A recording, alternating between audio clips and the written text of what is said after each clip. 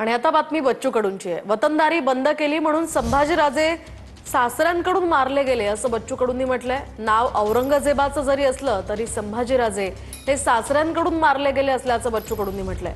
बुलढाण्यातल्या शेतकरी शेतमेळाव्यामध्ये प्रहारचे नेते बच्चू कडूंनी हे वादग्रस्त विधान केलंय। त्या वतनदारीतून गुलामशाही चालायची, आदिलशाही चालायची, निजामशाही चालायची, पण ही वतनदारी बंद केली म्हणूनच तर संभाजीराजा सासऱ्याकडून मारले गेला रे।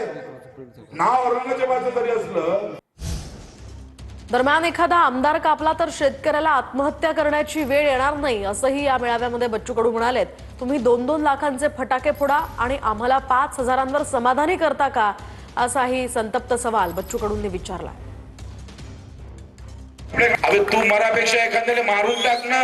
एखादा आमदार जरी कापला ना, आम्ही सांगतो आत्महत्या करायची वेळच येणार नाही, पण हे जातं मरतोय।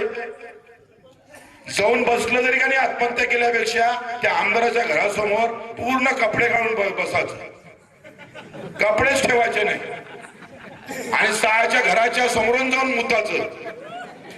काय फरक आहे? मेल्यापेक्षा परवडत नाही काय?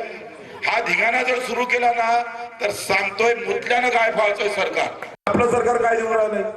म्हणजे दिवाळी चांगली करू, दिवाळी अंधारात नाही गेली पाहिजे। अबे साल्या, आमचं आयुष्य अंधारात चाललं, तू काय दिवाळी चांगली करणार आहे? आणि 5,000 दिवाळी चांगली होणार आहे का रे? तुम्ही साल्या 2-2 लाखाचे फटाके फोडणार, आम्हाला 5,000 समाधान करणार, एवढे येडे आहे का आम्ही? आता 5,000 रुपये पर क्विंटल नुकसान झालं। एकरी जर 8 क्विंटल पकडला तर 40,000चं नुकसान एका एकरवाल्या शेतकऱ्याचं आहे।